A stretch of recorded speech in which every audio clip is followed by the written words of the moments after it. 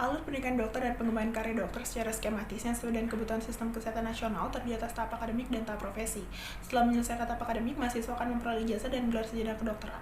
Tahap akademik setara dengan KKNI level 6 karena telah memenuhi jumlah persyaratan pada tingkat sarjana minimal 144 SKS. Setelah selesai tahap akademik, dilanjutkan tahap profesi yang setara dengan KKNI level 8 minimal 48 SKS.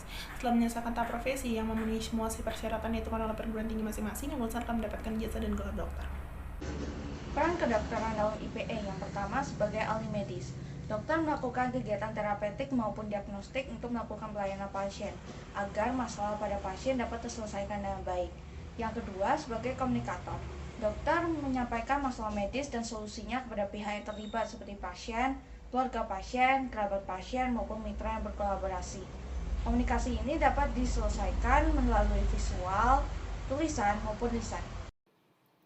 Sebagai kolaborator, dokter secara aktif berinisiatif untuk berpartisipasi dan menerapkan kolaborasi atau kerjasama tim, disiplin dan antar interdisipliner dalam menyampaikan tugas inti di tingkat individu, organisasi, dan masyarakat. Mereka harus saling menghargai dan menghormati keragaman setiap orang yang terlibat. Sebagai manajer atau administrator atau penyelenggara, dokter memperhatikan kepemimpinan pribadi dan pengawasan kepada orang lain, perencanaan kerja dan prioritas sumber daya yang tersedia seperti manajemen administrasi serta manajemen ilmiah strategis melalui praktik disiplin di tingkat organisasi dan masyarakat. Selanjutnya adalah dokter sebagai pendukung kesehatan. Sebagai pendukung kesehatan, dokter harus memotivasi dan menggunakan pengaruhnya terhadap perilaku kesehatan individu dan sistem secara keseluruhan dengan menawarkan bimbingan dan saran serta memulai dan menerapkan tindakan pencegahan sesuai kebutuhan. Selanjutnya adalah dokter sebagai sarjana, peneliti, atau guru, di mana sebagai sarjana, peneliti, atau guru, dokter menerjemahkan penelitian menjadi berbasis bukti praktek klinis, mengevaluasi secara kritis dan mengajukan pertanyaan tentang diri sendiri dan praktek orang lain serta harus menerapkan pendekatan ilmiah dalam mencari jawaban. Jadi sebagai profesional, dokter menggunakan keahliannya sesuai dengan Sumpah Hipokrates, undang-undang, dan integritas pribadi mereka sendiri. Dan tantangan yang sering kali muncul dalam praktik-praktik sehari-hari dokter adalah untuk bisa melakukan sumpah mereka tersebut sambil mengakui dilema etika, kompleksitas, dan juga ketidakpastian. Selanjutnya, dokter di sini juga menghormati integritas dan juga otonomi pasien, serta bertindak sesuai dengan penilaian terbaik mereka untuk kepentingan pasien atau mitra kolaborasi, organisasi, dan juga masyarakat. Dokter di sini juga menjadi panutan bagi orang lain dan juga dapat mengenali batas keahlian mereka sendiri dan juga dapat mencari bantuan orang lain bila membutuhkannya. Kesehatan masyarakat merupakan ilmu dan seni untuk memelihara, melindungi, dan meningkatkan kesehatan masyarakat melalui usaha-usaha pengorganisasian masyarakat. Kategori yang termasuk dalam kelompok tenaga kesehatan masyarakat yaitu epidemiologi kesehatan, tenaga promosi kesehatan, pembimbing kesehatan kerja, tenaga administrasi dan kebijakan kesehatan, tenaga biostatistik dan kependudukan, serta tenaga reproduksi dan keluarga.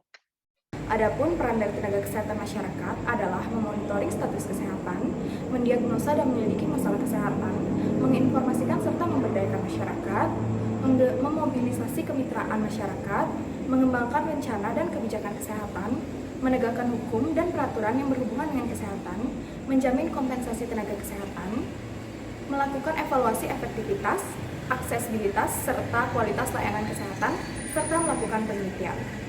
Peran tenaga kesehatan masyarakat sangat penting dalam penanganan COVID-19. Pada tingkat masyarakat, tenaga kesmas ini berperan untuk melakukan komunikasi risiko, melakukan edukasi mengenai protokol kesehatan untuk mencegah COVID-19, melakukan penyelidikan kasus dan investigasi wabah, serta melakukan pemberdayaan masyarakat. Dokter gigi merupakan seorang profesional yang khusus mempelajari ilmu kesehatan dan penyakit pada gigi dan mulut. Peran dokter gigi pada suatu tim kesehatan mungkin lebih spesifik ke arah penanganan pasien yang mengalami masalah pada gigi dan mulutnya. Seorang dokter gigi dituntut untuk memiliki kompetensi atau keahlian dalam mendiagnosis, mengobati, dan memberikan edukasi tentang pencegahan berbagai masalah kesehatan gigi, gusi, dan mulut. Selain mendiagnosis, dokter gigi juga harus memberikan pelayanan kesehatan gigi dan mulut dan selalu memberikan upaya dalam peningkatan kesehatan gigi dan mulut baik individu, keluarga, dan pada masyarakat. Selain itu, dokter gigi juga harus bisa berkolaborasi dengan tenaga kesehatan yang lainnya, seperti perawat gigi sebagai asisten, analis laboratorium, dan pada bagian radiologis untuk dapat lebih maksimal dalam mendiagnosis dan memberi perawatan pada pasien. Melalui kolaborasi interprofesional ini, seorang dokter gigi beserta tenaga kesehatan yang lain dapat saling bekerja sama dan saling mensupport satu sama lain dalam meningkatkan mutu pelayanan kesehatan pada setiap pasien. Sekian dari saya. Terima kasih. Peran dari perawat, di mana perawat merupakan tenaga profesional kesehatan yang paling dekat dengan pasien yang bertugas memberikan pelayanan prima dan berperan penting dalam upaya peningkatan mutu pelayanan kesehatan untuk pasien. Perawat juga berperan sebagai pendidik dalam bentuk asuhan keperawatan. Di dalam upaya peningkatan mutu, seorang perawat harus mampu melakukan asuhan keperawatan mulai dari pengkajian sampai dengan evaluasi, serta memberikan informasi kepada pasien supaya tidak adanya miskomunikasi dan juga kurangnya paparan informasi yang didapat oleh pasien.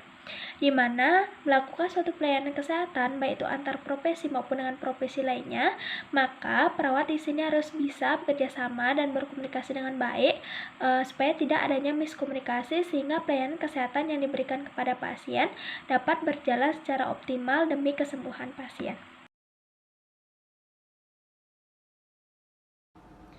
Menurut Kemenkes nomor 1363 tahun 2001, fisioterapi adalah suatu bentuk pelayanan kesehatan yang ditujukan kepada individu dan atau kelompok untuk mengembangkan, memelihara, dan memulihkan gerak dan fungsi tubuh sepanjang daur kehidupan dengan menggunakan penanganan secara manual, peningkatan gerak, peralatan seperti fisik, elektroterapeutik, dan mekanik, serta juga pelatihan fungsi dan komunikasi.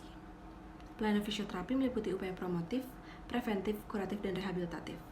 Peran seorang fisioterapis dalam interprofessional education yaitu akan turut membantu siapa saja yang membutuhkan pelayanan fisioterapi tanpa ada diskriminasi, dapat memberikan pelayanan profesional secara jujur, berkompeten, dan bertanggung jawab, dapat pula mengetahui batasan dan kewenangan profesi, serta memberikan pelayanan dalam lingkup fisioterapi. Yang dimana setiap poin-poin tersebut sudah dicantumkan dalam Kode Etik Fisioterapi Indonesia atau KODEFI, sehingga besar harapannya melalui IPE ini setiap tenaga kesehatan dapat berkolaborasi dalam meningkatkan kualitas serta memberikan pelayanan kesehatan kepada masyarakat dengan berlandaskan pengetahuan masing-masing secara merata. Psikolog merupakan seorang profesional dengan memiliki kemampuan dalam memberikan intervensi pada perilaku manusia. Di Indonesia, profesi psikolog dibagi menjadi beberapa setting dalam penerapannya, yaitu psikologi industri organisasi, psikologi sosial, psikologi klinis, psikologi forensik, psikologi spiritual dan transpersonal, psikologi olahraga, psikologi perkembangan, dan psikologi kesehatan. Terkait dengan ranah kesehatan, psikolog kesehatan merupakan seorang profesional yang berperan dan memiliki keterlibatan pada setting kesehatan, yang menggunakan pendekatan faktor biologis, psikologis, sosial, dan budaya dalam pemeliharaan kondisi kesehatan fisik, peningkatan status kesehatan, perjalanan penyakit, dan perilaku sakit pada individu. Peran serta fokus penanganan yang diberikan psikolog kesehatan adalah memberikan intervensi perilaku jangka pendek secara efektif untuk membantu individu dalam mengatasi sakit yang dialami, modifikasi gaya hidup, serta menangani pengobatan dan efek samping pada penyakit kronis. Atau secara ringkasnya, psikolog kesehatan membantu individu dalam penyesuaian baik itu pada gaya hidup maupun pada proses perjalanan penyakit. Psikolog kesehatan juga memiliki peran dalam melakukan promosi kesehatan sebagai upaya preventif terjadinya suatu penyakit serta memberikan intervensi untuk penanganan penyakit. Adapun peran farmasi dalam interprofessional study, seperti yang kita ketahui, farmasi adalah suatu profesi yang ahli dalam obat-obatan. Adapun tugasnya, yang pertama itu melakukan konseling obat. Nah, obat ketika akan diberikan kepada pasien, perlu dilakukan yang namanya konseling. Nah, maka dari itu, di sini farmasi sangat berperan penting. Yang kedua, yaitu melakukan persediaan farmasi di rumah sakit. Dan yang ketiga, ikut melakukan VCT bersama dokter dan juga profesi lainnya. Nah, ketika akan melakukan VCT bersama dokter, disinilah Peran interprofessional studi sangat berperan penting, di mana farmasi harus mampu bekerja sama dengan profesi lainnya dan juga melakukan komunikasi yang baik dengan profesi lainnya, di mana farmasi juga harus bisa menurunkan egonya guna mencegah hubungan yang tidak baik dengan profesi lainnya. Nah, ketika farmasi akan menjalankan tugas, perlu melaksanakan 9 Star of Pharmacian, di mana yang pertama yaitu caregiver atau pemberi pelayanan. Farmasi harus mampu memberikan pelayanan kepada pasien yang baik. Yang kedua yaitu decision maker, di mana farmasi boleh mengambil keputusan mengenai pekerjaan kefarmasian lainnya.